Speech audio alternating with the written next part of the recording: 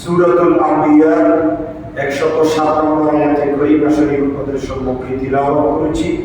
এই আয়াতে কারিমার আলোকে নবীর আজমত, নবীর বরত্ব, নবীকে আল্লাহ কতটুকু সম্মান দিয়েছেন, কতগুলো নিয়ামত দিয়েছেন, এই ব্যাপারে আমরা আলোচনা শুনবো। বিমাশিয়াতিল্লাহ বিইজনিল্লাহ ওয়া লা তাওফীকি ইল্লা বিল্লাহ। আল্লাহ সুবহানাহু ওয়া তাআলা এক এক নবীকে এক একটা গুণে গুণান্বিত করেছেন। সুবহানাল্লাহ। এক এক নবীকে এক একটা গুণে গুণান্বিত করেছেন, সম্মান দিয়েছেন, মর্যাদা বাড়িয়ে দিয়েছেন। নবীদের সম্মান এটা উম্মতের জন্য বড় পাওনা, ঠিক কি না? আদম সফিউল্লাহ থেকে সাইয়েদনা ঈসা রুহুল্লাহ পর্যন্ত লক্ষ লক্ষ নবী রাসূল আল্লাহ দুনিয়ার জমিনে প্রেরণ করেছেন। এক একজন নবীকে এক একটা মর্যাদা আল্লাহ পাক দিয়েছেন। সুবহানাল্লাহ। কিন্তু আমার নবীকে এমন আজমত, এমন মর্যাদা আল্লাহ দিয়েছেন যেটা কোনো নবীর সাথে অন্য কোনো পয়গম্বরের সাথে তুলনা চলে না। এই জন্য আল্লাহ নবী রাহমাতুল্লিল আলামিন বুখারী এবং মুসলিম শরীফের মধ্যে সিয়াসিত্তার মধ্যে যে হাদিস শরীফটা এসেছে, আল্লাহ নবী রাহমাতুল্লিল আলামিন ইরশাদ করেছেন, আন জাবির ইবনে আব্দুল্লাহ রাদিয়াল্লাহু তাআলা আনহু আন্নাহু قال قال رسول الله صلى الله عليه وسلم أوتيت خمسا لم يؤتهن أحد من قبل نصرت بالرعب مسيرة الشهر وجعلت لي الأرض مسجدا وطهورا فأيما رجل من أمتي أدركته بالصلاة فليصلي وحلت لي المغانم ولم تحل لأحد قبلي وأوتيت الشفاعة وكان النبي صلى الله عليه وسلم يبعث إلى قومه خاصة وبعثت إلى كافة الإنس والجان كما قال عليه الصلاة والسلام। আল্লাহ নবী বলেন, আমাকে এমন পাঁচটা নিয়ামত, এমন পাঁচটা বিষয় আমাকে দেওয়া হয়েছে যে পাঁচটা নিয়ামত আগেকার যুগের আদম সফিউল্লাহ থেকে ঈসা রুহুল্লাহ পর্যন্ত কোনো নবীকে দেওয়া হয় নাই। সুবহানাল্লাহ। এটাতে আমরা খুশি না বেজার? খুশি। সবাই বলেন না, খুশি না বেজার? আল্লাহ রাসূল আমাকে এমন পাঁচটা নিয়ামত দেওয়া হয়েছে অতিরিক্ত স্পেশাল, যেটা আগেকার কোনো নবী রাসূলকে দেওয়া হয়নি। সুবহানাল্লাহ। এক নম্বর হচ্ছে নুসিরতু বিররুবি মাসিরাতা শাহর, এক মাসের প্রতিপত্তি, আধিপত্য, এক মাসের দূরত্বের রাস্তা, এই পর্যন্ত আমাকে ক্ষমতা দেওয়া হয়েছে। সুবহানাল্লাহ। এটার দ্বারা কি বুঝলেন? এক মাস হাঁটার পরে যে গন্তব্যস্থানে যে গিয়ে পৌঁছা গেল, আল্লাহ রাসূল বলেন এতটুকু রাস্তা আধিপত্য আমাকে দেওয়া হয়েছে। এই জন্য আল্লাহ রাসূলের প্রতি কোন কাফের মুশরিক যদি নির্যাতন জুলুম করার জন্য আল্লাহ রাসূলকে কষ্ট দেওয়ার মন মানসিকতা নিয়ে যদি আসতেন, তারা আল্লাহ রাসূল থেকে অনেক দূরে থাকা অবস্থায় তাদের অন্তরে একটা কম্পন সৃষ্টি হয়ে যেত। সুবহানাল্লাহ। আল্লাহ রাসূল বলেন এক মাসের দূরত্বের রাস্তা, প্রতিপত্তি, আধিপত্য আল্লাহ আমাকে দান করেছেন। সুবহানাল্লাহ। যেটা অন্য কোনো নবী রাসূলকে আল্লাহ দেননি। দুই নম্বর হচ্ছে ওয়াজরাইলাত লিয়াল আরদু মাসজিদান ওয়া তুহুরা। আল্লাহ রাব্বুল আলামিন হাকিমুল হাকিমিন, আমি নবীর জন্য এবং আমার উম্মতের জন্য গোটা পৃথিবীর জমিনকে আল্লাহ মসজিদ বানিয়ে দিয়েছেন। সুবহানাল্লাহ। আগেকার যুগে উম্মতেরা তারা ইবাদত করার জন্য নির্দিষ্ট একটা জায়গায় সবাই জমা হতো, যেখানে সেখানে নামাজ পড়তে পারত না। আমাদের বর্তমান যুগের মতো এরকম বড় বড় মসজিদ ছিল না। তারা ইবাদত করতে হলে, নামাজ পড়তে হলে ওই নির্দিষ্ট জায়গায় গিয়ে একত্রিত হয়ে সেখানে কি করতে হতো? নামাজ পড়তে হতো। আল্লাহ রাসূল বলেন, হ্যাঁ, ওয়াজুলাত লিয়াল আরদু মাসজিদান ওয়া তুহুরা, গোটা পৃথিবীর জমিনকে আমার উম্মতের জন্য মসজিদ বানিয়ে দেওয়া হয়েছে এবং পবিত্র করে দেওয়া হয়েছে। আমার বান্দারা যখন যেখানে ইচ্ছা করবে তখন সেখানে নামাজ আদায় করতে পারবে। শুধুমাত্র একটা শর্ত, জায়গাটা কি হইতে হবে? চিহ্নিত, অপবিত্রতা থেকে মুক্ত হতে হবে, ঠিক কি না? চিহ্নিত অপবিত্রতা থেকে যদি মুক্ত থাকে, ওই জায়গার ভিতর নামাজ পড়াকে উম্মতে মুহাম্মদের জন্য আল্লাহ বৈধ করে দিয়েছেন। এই জন্য আমরা দেখেছি অনেক বুজুর্গ আলেম ওলামাকে আমরা দেখেছি, আমরা ছাত্র জীবনে আমাদের আব্বার সাথে দেখেছি, আমরা আসর নামাজের সময় হয়েছে জমিনের আইনের ভিতরে দাঁড়িয়ে আমরা গামছাটা বিছিয়ে সেখানে আসর নামাজ পড়ে ফেলেছি। আল্লাহ রাব্বুল আলামিন গোটা পৃথিবীর জমিনকে আমার নবীর জন্য মসজিদ বানাই দিয়েছেন, পবিত্র করে দিয়েছেন। ফাইমা রাজুলিন মিন উম্মতি আদরাকাতু সালাহ ফালিউসাল্লি, আমার উম্মতরা যেখানে ইচ্ছা করবে, শুধু জায়গাটা পবিত্র হলেই হবে, যেখানে ইচ্ছা করবে সেখানে আমার উম্মতরা নামাজ আদায় করে নিতে পারবে। সুবহানাল্লাহ। এই জন্য আপনি গাড়িতে সেখানে আপনি নামাজ পড়তে পারবেন, আপনি বিমানে সেখানে আপনি নামাজ পড়তে পারবেন, আপনি ট্রেনে সেখানে আপনি নামাজ পড়তে পারবেন। সুবহানাল্লাহ।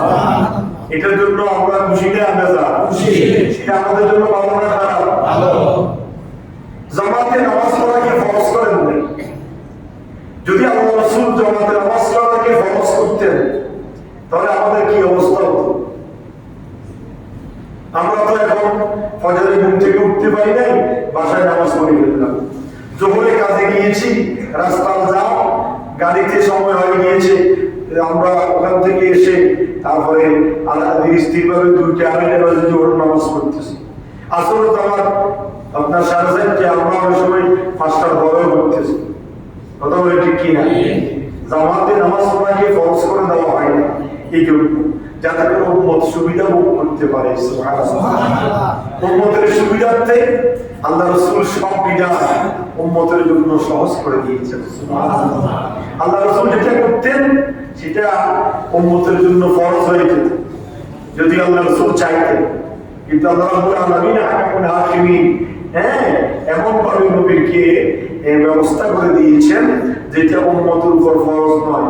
জামাতে নামাজ পড়াকে সুন্নতুল মুআক্কাদা হিসাবে নির্ধারণ করে দেওয়া হয়েছে। ফজলে উত্তম, ফজলে ভালো, এক রাকাতে 27 রাকাতের সওয়াব। আর যদি কোনো কারণে জামাতে পড়তে না পারে সমস্যা নাই, সে একা একই হলেও নামাজ আদায় করে নিতে পারবে। আল্লাহ রাব্বুল আলামিন সেই নামাজ কবুল করে নেবেন। সুবহানাল্লাহ। 3 নম্বর হচ্ছে ওয়াইলাতিয়াল মাওয়ালিদ ওয়া লাম তাহিল্লু লিআহাদিন ক্বাবলি, আমার জন্য আমার উম্মতের জন্য গনিমতের মালকে হালাল করা হয়েছে।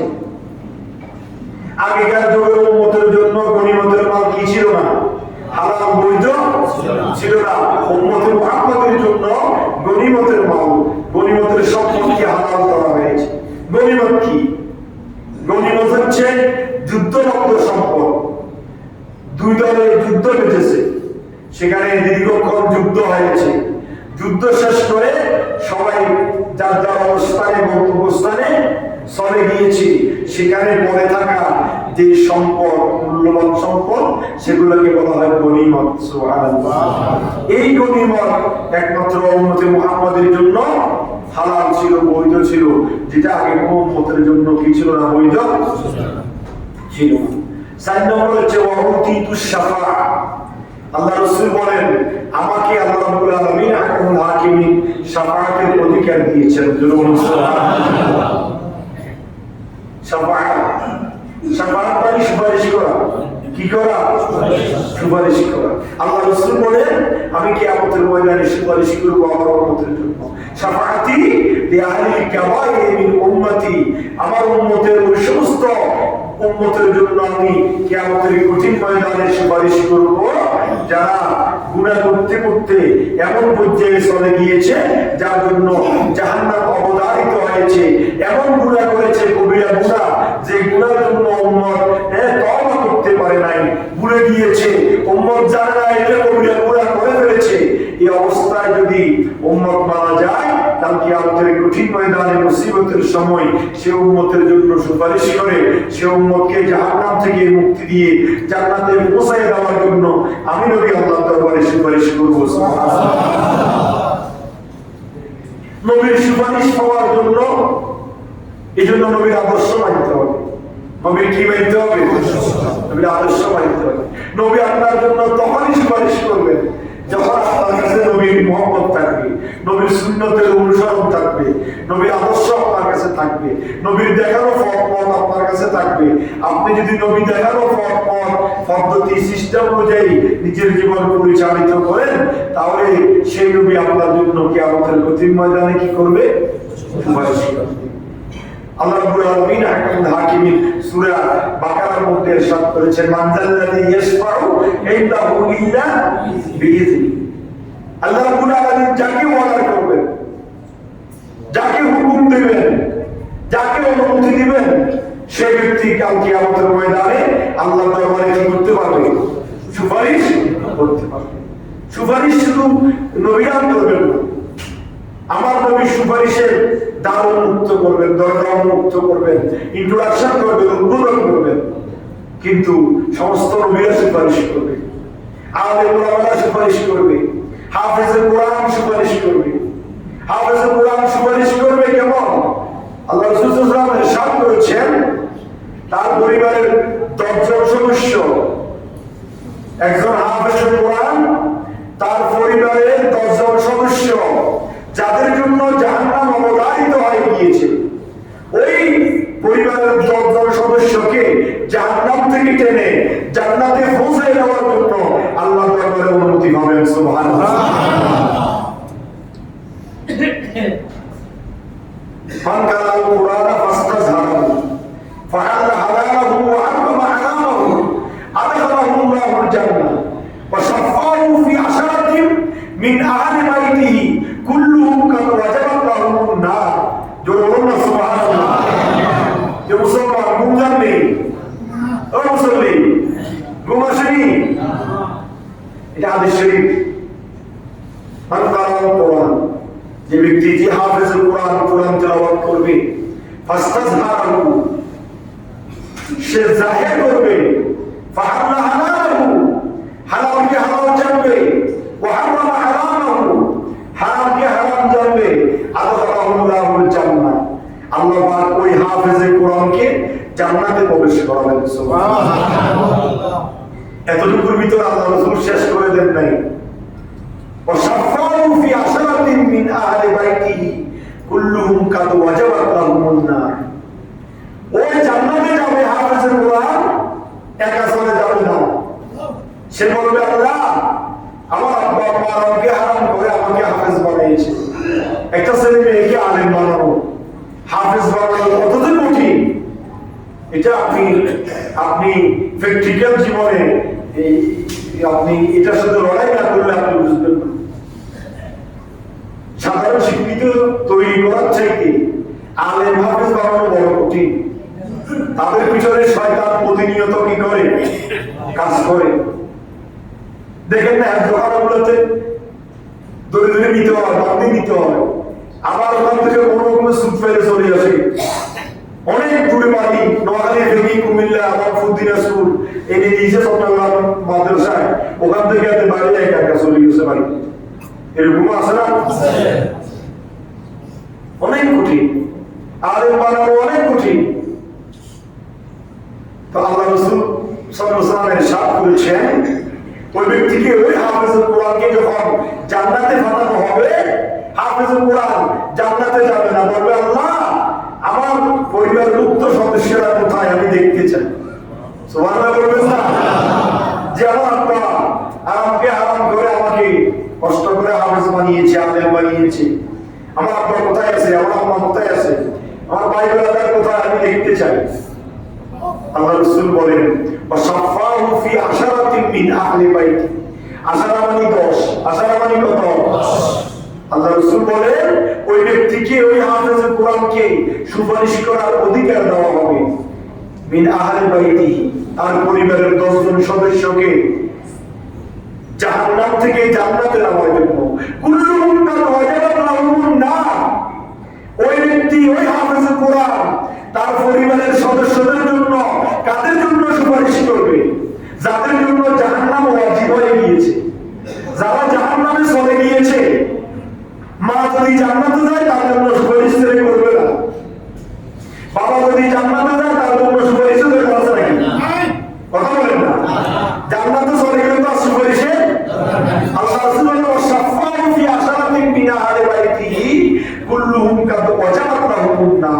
যে পরিবারের 10 জন সদস্যের জন্য জাহান্নাম অবধারিত হয়েছে, ওই 10 জন সদস্যকে জাহান্নাম থেকে টেনে টেনে জান্নাতে পৌঁছায় দেওয়ার জন্য ওই হাফেজে কোরআনকে কালকে আমাদের ময়দানে আল্লাহ অধিকার দিবেন। আপনি কি করছেন? আপনি তো দুনিয়ায় পাওয়ার জন্য চিন্তা করতেছেন। আমার 4টা ছেলে, একটা ইঞ্জিনিয়ার, একটা বুয়েট, একটা সুয়েট, একটা মেডিকেলে, আমার 4টা ছেলেকে 4টা বানাবো। খবরদার মিশন বানাবো না। আলেম বানাইতাম না, হাফেজ বানাইতাম না। 4টাকে 4 পদে দেখতে চাই, 2টাকে 2 পদে দেখবো, ডাক্তার, ইঞ্জিনিয়ার। কোরআন কি এরকম হাদিসে পাক কোন একটা হাদিস দেখাতে পারবেন না ডাক্তার ছেলে আপনার জন্য সুপারিশ করবে, ইঞ্জিনিয়ার ছেলে আপনার জন্য সুপারিশ করবে, কিন্তু একমাত্র আলেম এবং হাফেজ যদি বাবার যোগ্য আলেম বাবাই তৈরি করতে পারে, হাফেজের কোরআন আমলদারি হাফেজ যদি তৈরি করতে পারে, ওই মা বাবার জন্য বিনা হিসাবে জান্নাত। আল্লাহু আকবার। ঠিক আমার কথা? কথা বলেন আমার কথা নাকি? বুড়েরা এখন আর আফসোস করে কিনবেন, ওলা তবে তো এখন আর আফসোস করি লাভ নাই। যাদের আছে ছোট ছোট বসে গেছে তারা আলেম বানাইয়ে, হুজুর বানাইয়ে, হুজুর বানাতে পারেন আমরা দেখবেন। কিছু কিছু হুজুরের কারণে আজকে হুজুরদের সম্মান, ইজ্জত, মর্যাদা হানি হচ্ছে। কিছু কিছু কাঠমোল্লার কারণে, এরা হুজুর না, এই কিছু কিছু কাঠমোল্লার কারণে আলেম ওলামার মর্যাদা কমে যাচ্ছে। যাকাত খায়, ফিতরা খায়, কোরবানি গোশত খায়, এটা খায়, সেটা খায়, মানুষের ঘরে ঘরে দোয়া করে, মানুষের পিছনে কিলিকবাজি, শয়তানি, বদমাশি করে। এগুলোর কারণে 12 আলেমদের মর্যাদা হয়ে যাচ্ছে। কিছু টুকিটাকি শুধু শুধু ডাক্তারের কারণে 12 ডাক্তারদের মর্যাদা সম্মান কমে দেয়। কথা বলে ঠিক কি না? বলে ডাক্তাররা এই যায়, ডাক্তার কি সবগুলো এরকম না? ডাক্তার দেখালো জাহিদের সহ গেলাম, 1800 টাকা দিছে। কত টাকা? 1800 টাকা। 2 মিনিট বা 3 মিনিট দেখছি। তো আপনি কি মনে করেন? আর একজন হুজুরকে ঘন্টার পর ঘন্টা আপনার বসায় বসায় দেখবেন, তারা দিবেন তো 20 টাকা, 50 টাকা, 100 টাকা। আর ডাক্তারের কাছে 2 মিনিট বসলাম, কয় যে 1800 টাকা। ডাক্তারের সাথে কোনো কথা নাই, আগে টাকা পেয়ে কয়টা হুজুরে তো অনেক টাকা খরচ করে ডাক্তারি পাস করছে। এই কারণে হুজুরিটা কামেল পাস করি মিম্বারে দাঁড়াইতে কতটুকু যোগ্যতা অর্জন করতে হয়েছে। শত শত মানুষের সামনে কথা বলতে হলে হুজুরিটা এবিলিটি, যোগ্যতা কতটুকু প্রয়োজন। আজকের এই মসজিদে এখানে 200 জন আলেম থাকতে পারে না? কথা বলেন না? আমার কথা কি মুখ থেকে বললে হবে নাকি? কথা বলে ভিত্তি আছে না নাই? ভিত্তি ছাড়া কথা বললে আমাকে এখানে দাঁড়াইতে দিবে কোনো হুজুর? আমার ভিত্তিটা অর্জন করতে তো আমার টাকা খরচ হয়েছে, মা বাবা হয় নাই। শিশু শ্রেণী থেকে আলিম, ফাজিল, কামেল, কামেল হাদিস, কামেল তাফসীর, কামেল আদব শেখা, ডিগ্রি, হায়ার মাস্টার্স, আরবি লাইনের মাস্টার্স নাই, আরবি লাইনে হায়ার এডুকেশন নাই। এই জন্য বলছি আলেম ওলামা, সত্যিকার যারা এলেনদারি আলেম ওলামা, তাদের মাত্র অভাব নাই, তাদের ইজ্জত সম্মানের অভাব নাই। আপনারা কেন সম্মান দিতে না জানেন? আপনারা আপনাদের সাগর মনে করতে পারেন। আমরা তো এখন স্বাভাবিক মসজিদের ইমাম মুয়াজ্জিনকে সাগর মনে করি, আমাদের এলাকা চাকরি করে, এটা মনে করি হয়তো। কিন্তু আপনি যদি ইমাম মুয়াজ্জিনকে, মসজিদের খতিবকে যদি সাগর মনে করেন, আপনার হুকুমের গোলাম মনে করেন, আপনি যদি সমাজের যত বড় পোস্টে আপনি থাকেন না কেন, আপনি যদি মনে করেন আমার মর্যাদা ইমাম সাহেবের চাইতে বেশি, তাহলে আপনি ভুলের মধ্যে আছেন। ইমাম মানে কি? ইমাম মানে কি? নেতা। নেতা সাধারণ মানুষ হইতে পারে না। আমরা তো এখন টাকার জোরে, এটা জোরে, সেটা জোরে ভোট দিয়ে নেতা বানাই দিই, মনে করি যে এইটাই নেতা, যে সুরে ফাতে সই করে করতে পারবে না। নেতা সে ইসলামিক আর্থিক মধ্যে যে কোরআন এবং হাদিসের দখল রাখে, জ্ঞান রাখে, কোরআন হাদিস মানুষের কাছে প্রচার করে। তো এই জন্য বলবো, শাফাআত পাওয়ার জন্য, পরকালে জাহান্নাম থেকে মুক্তি পাওয়ার জন্য সন্তানকে আলেম বানাবেন, সন্তানকে হাফেজে কোরআন বানাবেন। এই সন্তান আপনার নাজাতের উসিলা হবে। দুনিয়াতে 60 বছর, 70 বছর, 80 বছর, সর্বোচ্চ বাঁচলেন 100 বছর। এখন তো 100 বছর উপরে নাই, আসেনি? গড়ে হায়াত কত? 30, 40 ধরেন না গড়ে হায়াত। তো আপনি এই 40, 50, 60 বছরের জন্য একবারে সেটা তো বড় বুঝুন, আমাদের কি ডাক্তার দরকার নাই, ইঞ্জিনিয়ার দরকার নাই? আছে, সব দরকার আছে। ডাক্তার লাগবে, ইঞ্জিনিয়ার লাগবে, হ্যাঁ। অন্য ক্ষেত্রেও আপনার ছেলে মেয়ে প্রতিষ্ঠিত হইতে হবে। এই দুইটা থেকে একটা আলেম বানান, তাহলে এটা মুসলিমে গোটা বংশের 10 জন বিনা হিসাবে জান্নাতে যাইতে পারবেন। সুবহানাল্লাহ। ঠিক আমার কথা নাকি আল্লাহ রাসূলের কথা? নাজাতের উসিলা হবে আপনার সন্তান, আপনাকে নাজাতের উসিলা হবে, আপনাকে জাহান্নাম থেকে মুক্তি দিবে যদি আপনি ওই সন্তান বানাইতে পারেন। যাই হোক, আল্লাহ রাসূল বলেছেন 5টি নিয়ামত আমাকে দেওয়া হয়েছে। 4th নম্বর হচ্ছে আমি নবীকে শাফাআতের অধিকার দেওয়া হয়েছে। সুবহানাল্লাহ। وكان النبي يبعث إلى قومه خاصة وبعثت إلى كافة الإنس والجن। শুনতেছেন? শোনা যাচ্ছে? আল্লাহ রাসূল বলেন আগেকার নবীদেরকে একটা দেশের জন্য, একটা ইউনিয়নের জন্য, একটা এলাকার জন্য নবী করে আল্লাহ পাঠিয়েছেন। সুবহানাল্লাহ। وبعثت إلى كافة الإنس والجن। আর আমি নবীকে আল্লাহ রাব্বুল আলামিন গোটা পৃথিবীর জমিনে যতটুকু আল্লাহর রুবুবিয়ত আছে, আল্লাহর ক্ষমতা আছে, ততটুকু এরিয়ার মধ্যে আমি নবীকে নবী করে পাঠিয়েছেন। সুবহানাল্লাহ। খুশি না বেজা? খুশি। আল্লাহ বলেন ইয়া আইয়ুহান নাস ইন্নী রাসূলুল্লাহি ইলাইকুম জামিআ। নবী আমার, আপনি সমস্ত মানুষদেরকে, আমি আল্লাহর বান্দাদেরকে আপনি জানিয়ে দেন ইন্নী রাসূলুল্লাহি ইলাইকুম জামিআ। আমি গোটা পৃথিবীর সবার জন্য যতটুকু সৃষ্টি আল্লাহ রয়েছে ততটুকু সৃষ্টির জন্য আমি নবী হয়ে প্রেরিত হয়েছি। সুবহানাল্লাহ। এই 5টা নিয়ামত আল্লাহ রাসূল বলেন আমাকে দেওয়া হয়েছে। এটি তো বুখারী শরীফের মধ্যে এসেছে। ওমিন খাসাইসিহি, আল্লাহ রাসূল সাল্লাল্লাহু আলাইহি ওয়াসাল্লাম বলেন আমাকে আরো নিয়ামত দেওয়া হয়েছে। আন্নাহু উতিয়া জাওয়ামিল কালিম, আমাকে ভাষার সর্বতা, তার অর্থ ব্যাপক দেওয়া হয়েছে। সুবহানাল্লাহ। আমরা আলিফ লাম মিম হা মিম আইন জিম কাফ কোরআন শরীফে যে হরফে মুকাত্তায়াত আছে, এগুলোর অর্থ আল্লাহ এবং রাসূল ছাড়া কেউ জানে না। আল্লাহ রাসূল বলেন আমি সংক্ষেপে কথা বলি, সেটার অর্থ ব্যাপক আল্লাহর দরবারে। সুবহানাল্লাহ। ওয়া জাআলাল্লাহু খাতামান নাবিয়্যিন, আল্লাহ রাসূল বলেন আমাকে আল্লাহ রাব্বুল আলামিন সর্বশেষ নবী রাসূল করে প্রেরণ করেছেন। সুবহানাল্লাহ। আমার নবীর পরে আর কোন নবী আসবে না। ওয়া আতাহু বিমাফাতিহিল খাজাইনিল আরদ, আর আমাকে গোটা পৃথিবীর জমিনের খজিনা, দরবারের চাবি আমি নবীকে দেওয়া হয়েছে। সুবহানাল্লাহ। ওয়াল হাউজে কাউসার, এবং আমি নবীকে আল্লাহ রাব্বুল আলামিন হাউজে কাউসার দান করেছেন। সুবহানাল্লাহ। খুশি না বেজা? খুশি।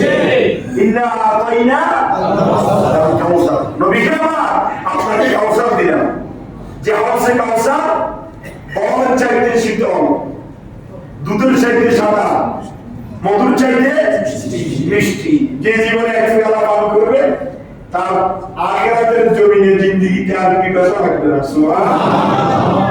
আল্লাহ রাসূল বলেন আমি কিয়ামতের কঠিন ময়দানে আমার উম্মতকে হাউজে কাউসার নিজে হাতে পান করাবো। সুবহানাল্লাহ। হাউজে কাউসার কোথায় বলেন না সবাই? মদিনায় কোথায় বলেন না?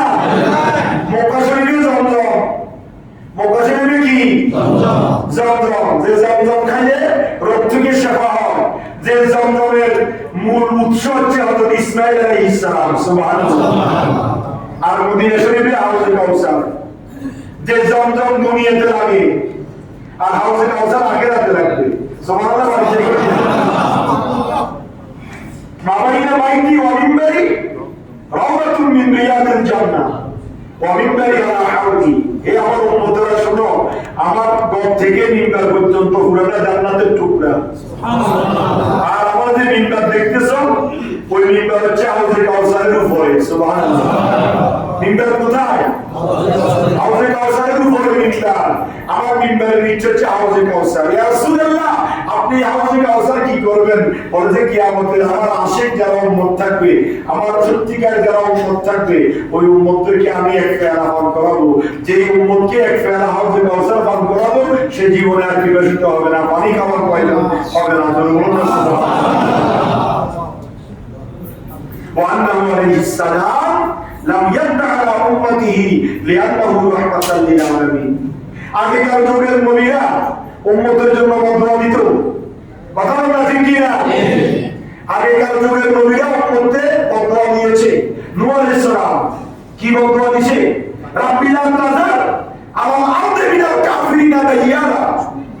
আল্লাহ সমস্ত উম্মত এগুলাকে যারা কুফরি করতেছে, আমাকে মানতেছে না, সবাইকে নিঃশেষ করে মাটির সাথে ফিনিশ করে দাও। নূহ আলাইহিস সালাম দোয়া করেছে। সূরা নূহের 29 পারা সূরা নূহের মধ্যে আল্লাহ বলেছেন রাব্বি লা তাযার আলাল আরদি মিনাল কাফিরিনা দাইয়ারা। নূহ আলাইহিস সালাম দোয়া করেছে, লূত আলাইহিস সালাম দোয়া করেছে। এইভাবে অন্যান্য নবীরা উম্মতকে বদদুয়া দিয়ে ধ্বংস করে দিয়েছে। আমার রাসূল নূহ আলাইহিস সালাম রক্তে রক্তাক্ত হন নাই, লূত আলাইহিস সালাম রক্তে রক্তাক্ত হন নাই, ইউনূস আলাইহিস সালামকে রক্তাক্ত করা হয় নাই, কিন্তু আমার নবী রাহমাতুল লিল আলামিনকে তায়েফের জমিনে রক্তে রক্তাক্ত করা হয়েছে। কথা বলে ঠিক কি? বেহুশ হয়ে পড়েছে আমার রাসূল, হেসটায় একদিনে হেসে একদিকে ফেলে দেওয়া হয়েছে। কাফেররা মনে করেছে মুহাম্মদ মারা গিয়েছে। তারা কিছু দূর যাওয়ার পরে আল্লাহ রাসূল যখন নবী শরীফ উঠছে, আবার আল্লাহ রাসূলকে ধরে টানে হেসে পাথর মেরে আল্লাহ রাসূলকে রক্তাক্ত করা হয়েছে। আল্লাহ রাসূল নিথর দেহ তায়েফের জমিনে পড়ে আছে। জিবরিল আমিন সরাসরি আল্লাহ রাসূলের কাছে এসে গিয়েছে, ইয়া রাসূলুল্লাহ আপনি ওয়াদা করেন দুই ফাঁককে একসাথে ভিসে সমস্ত কাফের মুশরিকদেরকে মাটির সাথে দুলিশাত করে দিব। আল্লাহ রাসূল বলেন না, আমি তো কোনো উম্মতকে বদদুয়া দেওয়ার জন্য, কষ্ট দেওয়ার জন্য আসি নাই। আমি যদি বদদুয়া দিই তায়েফের সব মানুষগুলা মাটির সাথে দুলিশাত হয়ে যাবে। খোদার কসম বদদুয়া দেওয়ার জন্য আসি নাই। আল্লাহ রাসূল রক্তগুলা মুছে ফেললেন। আমি গতবারও হাজিদেরকে আল্লাহ রাসূলকে যেখানে রক্তাক্ত করা হয়েছে সেখানে নিয়ে গিয়েছিলাম, দেখাইছি, সেই জায়গাটা এখনো আছে। আল্লাহ রাসূল বলেছেন রক্তগুলো মুছে আল্লাহর কুদরতি কদমে সিজদায় গিয়ে আল্লাহর কাছে কি যেন মনে মনে বলেছেন। তারপরে জিবরিল আমিন সহ অন্যান্য দুই একজন সাহাবীর সামনে রাসূল হাত তুলে দোয়া করেছেন, আল্লাহ এই তায়েফের কাফের মুশরিকরা বুঝতে পারে নাই, চিনতে পারে নাই আমি যে তোমার নবী। তারা না চিনে না বুঝে আমি নবীকে কষ্ট দিয়েছে। আল্লাহ আমি অন্তর থেকে সব বেদনা মুছে ফেলে দিলাম। আমি তোমার দরবারে ফরিয়াদ করলাম, আল্লাহ এই তায়েফের সমস্ত ঈমানদার সমস্ত মানুষগুলোকে তুমি হেদায়েত দান করো। সুবহানাল্লাহ। আল্লাহ বদদুয়া দিয়েছে, বদদুয়া দিয়েছে, বদদুয়া। এই জন্য আল্লাহ রাসূল বলেন লাম ইয়াদা আলা উম্মতিহি, আমি কোন উম্মতকে বদদুয়া দিই নাই, লিআন্নাহু রাহমাতাল লিল আলামিন। কিভাবে আমি বদদুয়া দিব? আমি তো সবার জন্য রহমত। বলুন সুবহানাল্লাহ। আল্লাহ রাসূল তিনটা দোয়া করেছেন, শেষ সময়ও শেষ, কথাও শেষ। আল্লাহ রাসূল কয়টা দোয়া করেছেন?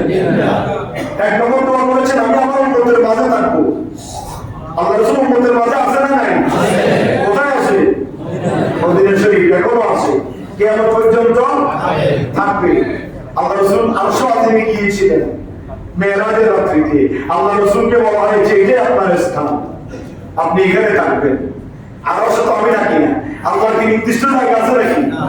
আল্লাহ বলেন আরশ বানাইছি আপনি নবীর জন্য, আপনার নবীকে দিয়ে দিলাম আরশ।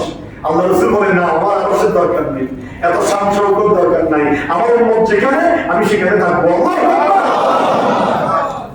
সে আরশ আযম থেকে আল্লাহ রাসূল চলে এসেছেন মক্কাতুল মুকাররমায়। সেখান থেকে মক্কার দুষ্ট লোকের নির্যাতনে আল্লাহ রাসূল আর থাকতে পারেন নাই, মদিনাতুল মুনাওয়ারায় হিজরত করেছেন। সেই মদিনাতুল মুনাওয়ারায় এখনো আছে, কিয়ামত পর্যন্ত থাকবে। আপনি বলেন আমরা এখন নবীর কাছে যাই না মদিনা শরীফ? নবী যদি আরশ আযমে থাকতো কোন ব্যক্তির পক্ষে যাওয়া সম্ভব হতো? আল্লাহ রাসূল বলেন আমি আমার উম্মতের মাঝে থাকবো, এখনো আছে, আমরা যাই। আল্লাহ রাসূল আমাদেরকে সশরীরে দেখেন, সচক্ষে দেখেন, এবং আমরা আল্লাহ রাসূলকে সালাম দিই, আল্লাহ রাসূল সেই সালামের জবাব দেন। সুবহানাল্লাহ। তারপরে আল্লাহ রাব্বুল আলামিন আহকামুল হাকিমিন ইরশাদ করেছেন, দুই নম্বর দোয়া দুই নম্বর আল্লাহ রাসূল দোয়া করেছেন যে আমার উম্মতকে আল্লাহ আপনি সমূলে ধ্বংস করিয়েন না। সুবহানাল্লাহ। আমার উম্মতকে আপনি সমূলে ধ্বংস করিয়েন না। লূত আলাইহিস সালাম, নূহ আলাইহিস সালাম এই সমস্ত উম্মতদেরকে সমূলে ধ্বংস করে দিয়েছেন, দেন নাই? কিন্তু উম্মতে মুহাম্মাদীকে আল্লাহ সমূলে ধ্বংস করবেন না। এক দেশে প্লাবন হবে, আরেক দেশে সুনামি হবে, আরেক দেশে আরেকটা হবে, আরেক দেশে একটা মহামারী হবে, কিন্তু গোটা ওয়ার্ল্ড একসাথে রোগাক্রান্ত হয়ে বিপদগ্রস্ত হয়ে আল্লাহ উম্মতে মুহাম্মাদীকে ধ্বংস করবেন না। জোরে বলুন সুবহানাল্লাহ। আল্লাহ রাসূল দোয়া করেছেন আমাদের জন্য। সুবহানাল্লাহ। তিন নম্বর দোয়া করেছেন আমার উম্মতের আমলনামা আগে আমি নবীর কাছে আসবে, তারপরে আপনি আল্লাহর কাছে যাবেন। জোরে বলুন সুবহানাল্লাহ। চাকরি করতে হলে সরকারি চাকরি সার্টিফিকেট গুলো অ্যাটেস্টেড করতে হয়। কি করতে হয়? সত্যায়িত করতে হয়। সত্যায়িত করা ছাড়া ওই সার্টিফিকেটের দাম নাই। বড় ডাক্তার, বড় ইঞ্জিনিয়ার, বড় সরকারি কর্মকর্তা থেকে আপনার সার্টিফিকেট গুলোকে কি করতে হয়? সত্যায়িত করতে হয়। আল্লাহ রাসূল বলেন আমার উম্মত গোটা সপ্তাহ যা আমল করবে আগে আমি নবীর কাছে আসবে, আমি নবী আমার উম্মতের আমলগুলো দেখবো, দেখার পরে আমার উম্মতের আমলনামা যদি কোনো গুনাহ না থাকে ফাহামিদুল্লাহ, আমি আমার আল্লাহর প্রশংসা করব, উম্মতকে নিয়ে আল্লাহর কাছে গর্ব করব। আর যদি দেখি উম্মতের আমলনামার ভিতর ত্রুটি আছে, দোষ আছে, গুনাহ আছে, ফাস্তাগফিরুল্লাহ, আমি ওই উম্মতের জন্য আল্লাহর দরবারে ক্ষমা প্রার্থনা করব। এই জন্য আল্লাহ রাসূল বলেছেন তুরাদু আলাইয়া আমালুকুম, বা উম্মতের আমল আগে আমার কাছে আসবে। হায়াতি খায়রুল লাকুম ওয়া মামাতি খায়রুল লাকুম। মুসলিম শরীফের মধ্যে এসেছে হায়াতি খায়রুল লাকুম ওয়া মাউতি খায়রুল লাকুম। আমি নবী হায়াতে জিন্দেগি দুনিয়াতে থাকা এটাও উম্মতের জন্য কল্যাণকর, আর আমি রাসূলের কবরে জিন্দেগিতে থাকা এটাও উম্মতের জন্য কল্যাণকর। সুবহানাল্লাহ। হযরত ওমর ইবনে খাত্তাব হাদিস বর্ণনা করেছেন প্রতি সোমবার এবং বৃহস্পতিবার উম্মতের আমল আল্লাহর কাছে যায়। সুবহানাল্লাহ। সোমবার আর বৃহস্পতিবার সপ্তাহে 2 দিন বান্দার আমল আল্লাহর কাছে যায়। প্রতি বৃহস্পতিবারের সন্ধ্যায় মাগরিবের পরে এই আমলগুলো আগে নবীজির কাছে যায়। যাওয়ার পরে আমার নবীকে দেখানো হয় আপনার উম্মতের এই আমল। আল্লাহ রাসূল বলেন আমি দেখি, দেখার পরে উম্মতের ওই যে বললাম গুনাহ থাকলে মাপ চাই, নেক থাকলে শুকরিয়া আদায় করি, তারপরে আমলগুলো আল্লাহর কাছে যায়। এই জন্য আল্লাহ রাসূল সোমবার বিশুদ্ধ রোজা রাখতেন। সুবহানাল্লাহ। আল্লাহ রাসূলকে জিজ্ঞাসা করা হয়েছে প্রতি সোমবার বিশুদ্ধ কেন রোজা রাখেন? আল্লাহ রাসূল বলেছেন সোমবার বিশুদ্ধ এই জন্য রোজা রাখি, সোমবার এবং বৃহস্পতিবার বান্দার আমল আল্লাহর কাছে যায়, আমি চাই রোজা অবস্থায় আমার আমলগুলো আল্লাহর কাছে যাক। সুবহানাল্লাহ। সুতরাং আল্লাহ রাসূল বলেছেন উম্মতি উম্মাতুন মারহুমা। ওই যে কিছু আগে বললাম ছেলেকে আগে কেন বানাবেন না? আপনি ইঞ্জিনিয়ার বানাবেন, আপনার ছেলে 5 ওয়াক্ত নামাজ কালাম পড়বে না। আপনি ছেলেকে ইঞ্জিনিয়ার ডাক্তার বানাবেন, আপনার ছেলে প্রতিদিন কোরআন তেলাওয়াত করবে না। টাইম কই? ডাক্তাররা একটা দুটো যত সেবা করে সকাল 9টায় গিয়ে আবার সরকারি চাকরি হাজিরা দেন মেডিকেলে, তাতে কোরআন তেলাওয়াতের টাইম আছে নি? না। কথা কম না? হাদিস শরীফ পড়বে টাইম আছে নি? দরুদ শরীফ পড়বে টাইম আছে নি? এই ইঞ্জিনিয়ার সারাদিন করে বিভিন্ন কাজ করতেছে, সরকারি বেসরকারি, রাত্রে আসে ঘুমায় সকাল উঠে আবার করতে চাকরি, তার কাছে কোরআন তেলাওয়াতের টাইম কই? আল্লাহ রাসূল বলেছেন উম্মতি উম্মাতুন মারহুমা, আমার উম্মত রহমতপ্রাপ্ত উম্মত। তাদখুলু ফিল কুবুরি বিযুনুবিহিম, কবরে যাবে গুনাহ নিয়ে, খেয়াল রাখবেন কথা। আমার উম্মত রহমতপ্রাপ্ত উম্মত। আল্লাহ রাসূল বলেছেন উম্মত কবরে যাবে গুনাহ নিয়ে। وتخرج يوم القيامة لا ذنوب عليها, কিয়ামতের ময়দানে উঠবে তার আমলনামার মধ্যে কোনো গুনাহ নাই। জোরে বলুন সুবহানাল্লাহ। বিশ্বাস হয় না? ও মুসলমান, বিশ্বাস হয় কি না? আল্লাহ রাসূল বলেছেন উম্মত গুনাহ নিয়ে কবরে যাবে, গুনাহ ছাড়া হাসরের ময়দানে উঠবে। ইয়া রাসূলুল্লাহ কেমন করে? বলে যে উম্মতকে কবরে রাখা হয়েছে তার যদি নেককার সন্তান থাকে, নামাজি সন্তান থাকে, কোরআন তেলাওয়াত করেওয়ালা সন্তান থাকে, সে আমি আল্লাহর দরবারে ফরিয়াদ করি, ওই সন্তানের ফরিয়াদ মা বাবার নাজাতের হককে আমি আল্লাহ কবুল করি। সন্তান প্রতিসন্তানে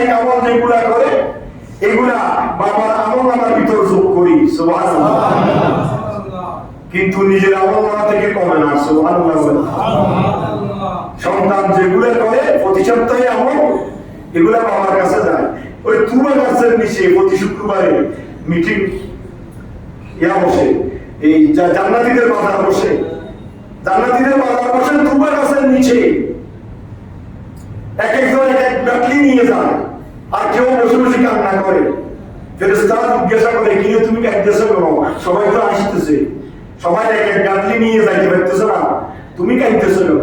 আর বলিও না, আমি তো ছেলে রাখি এসেছিলাম, মেয়ে রাখি এসেছি, নিজে খাই নাই, ছেলেকে খাওয়াইছি, সুদ খেয়েছি, ঘুষ খেয়েছি, হারাম খেয়েছি, অন্যায় করেছি, জুলুম করেছি, নির্যাতন করেছি সন্তানকে মানুষ করার জন্য। আজকে সেই সন্তান খাও দাও ফুর্তি করো, দুনিয়া মস্ত বড়, এটা নিয়ে এসে ব্যস্ত। আমার আর খবর নাই আমি যে কবরে পড়ে আছি। ওরা তো ছেলে রাখিয়ে এসেছে, ছেলে কোরআন তেলাওয়াত করেছে, দান সদকা করেছে, নামাজ পড়েছে, রোজা রেখেছে, নেক আমল করেছে, ছেলের বাবার কাছে পাঠিয়ে দিয়েছে। এই জন্য বাবা বিশাল বস্তা নিয়ে যাইতেছে, আর আমার ছেলে রাখিয়ে এসেছি, কোনো বস্তা আমার কাছে পাঠাই নেই। আমার ছেলে বুড়া সন্তান নামাজই পড়ে নাই, আমার কাছে আর আসবে কি?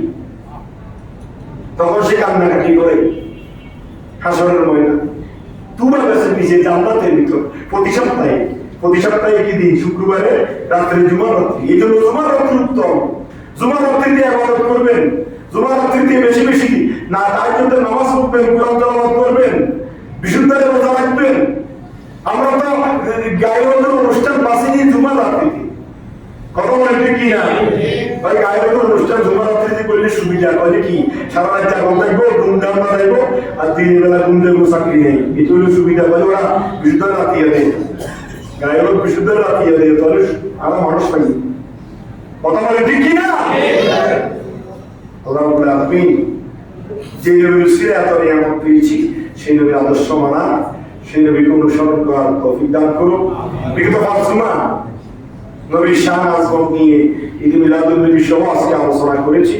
ইনশাআল্লাহ আগামী শনিবার 4 অক্টোবরের 7 তারিখ শনিবার হচ্ছে গাউসে পাক মুহিউদ্দিন আব্দুল কাদের জিলানী রাদিয়াল্লাহু তাআলা আনহুর ইসলাম শরীফ, সেই দিন ফাতিহা নাজদাহ অত্যন্ত মুবারক দিন। আগামী জুমায় সেই গাউসে পাকের জীবনী নিয়ে, আউলিয়া কেরামের মুহাব্বত নিয়ে আলোচনা করব।